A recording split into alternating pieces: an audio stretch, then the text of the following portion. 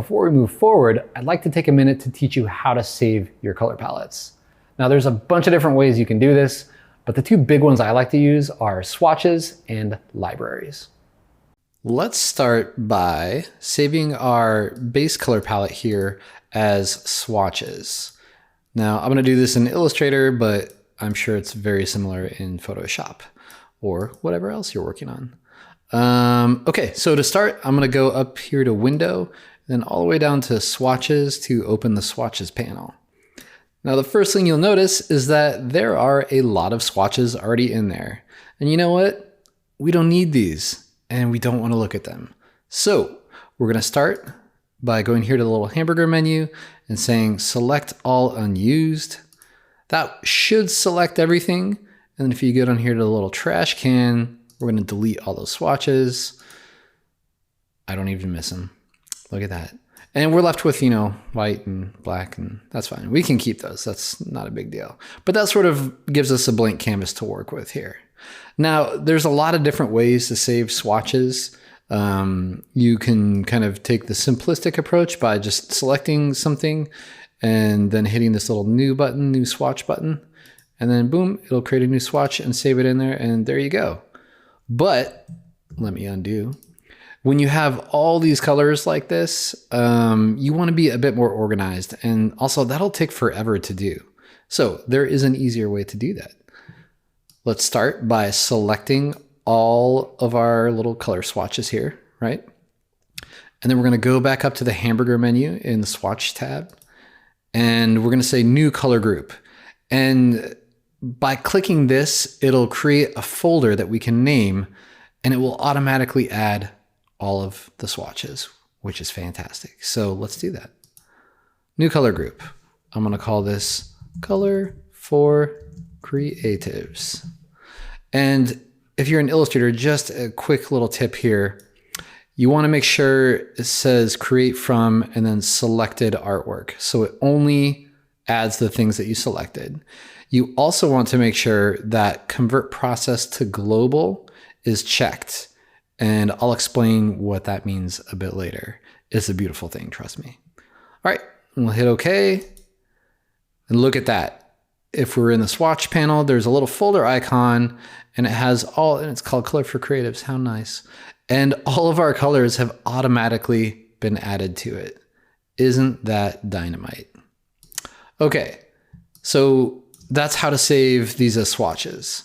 Oh, one other thing regarding this. So another cool thing you can do is you can export this as an Adobe Swatch Exchange file, ASE. And this will let you share these colors across users and different computers, even different Adobe programs. So if you're working on something with a team, you just save it as an ASE and pass that file around, and there you go. Now the easiest way to do that is to select your little group thing here, go down here and say save swatch library as ASE. It will prompt somewhere for you to save it. I think the default is the swatches thing here, and there you go. You can save it anywhere and name it and pass it around and share with your friends and loved ones. Now, another way that you can save colors to easily share with friends is to use Adobe's library. And to do that, I'm going to go up here to Window, jump down to where it says Libraries, and this will open the Libraries tab window thing. Okay, and much like swatches, you can sort of create different libraries and then groups within those libraries to organize all kinds of assets. So in swatches, it's made specifically for colors. Libraries is made for anything. You can save logos, you can save artwork, you can save color, you can save just about anything. And it gives you access to it in all Adobe products that you're logged into, even one on your phone. So it's kind of handy. I personally use this for a lot of the common colors and things I tend to reuse.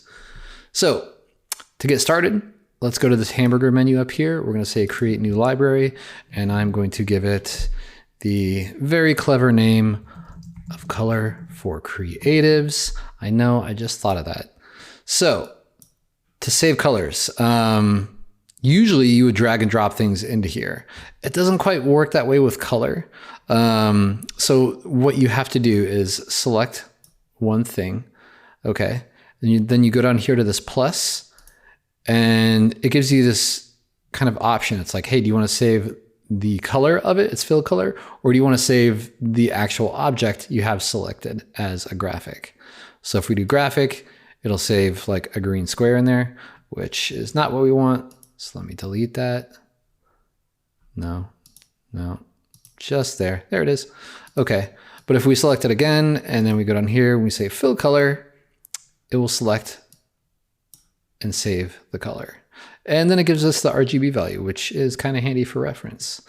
Now, there's an easier way to do this when you have so many colors, and that is to select your group up here, your swatch group, okay, assuming you made one.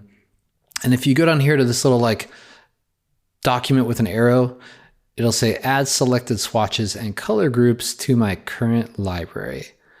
Now, in theory, you should press this and boom, it'll add everything in there. But we're getting hit with this error that says no color groups were added to your library. To be added, color groups must have a minimum of 1 color, which we do, and a maximum of 5 colors, which we have just a few too many. So I'm not sure why they limit it to 5. That kind of sucks. But hey, if you're watching this in the year 2025, maybe they've changed that. So give it a shot anyways. Until then, the easiest way to do that, if you're working with more than 5 colors like we are, is to select something, go down here to plus, choose fill color, and just kind of add them one by one. I know in our world of convenience, this is like, oh my God, I can't even believe it.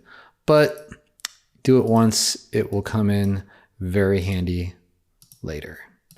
And that is how you use colors in Adobe Creative Cloud, not Crowd, library. I just wanted to talk while I finished doing this, this whole thing. Cool, so see, now we have it in there. And what we can do in this library is make a little group, and we'll say color palette, okay? And you can sort of hide this or expand it whenever you need it. And you can also add other groups with different, like, you know, shapes, logos, things, even more colors, whatever you want. Yeah, so there you go. That's how to use the libraries. Cool, that wraps up this video. Pretty easy. Speaking of easy, here's your homework. Save your color palettes.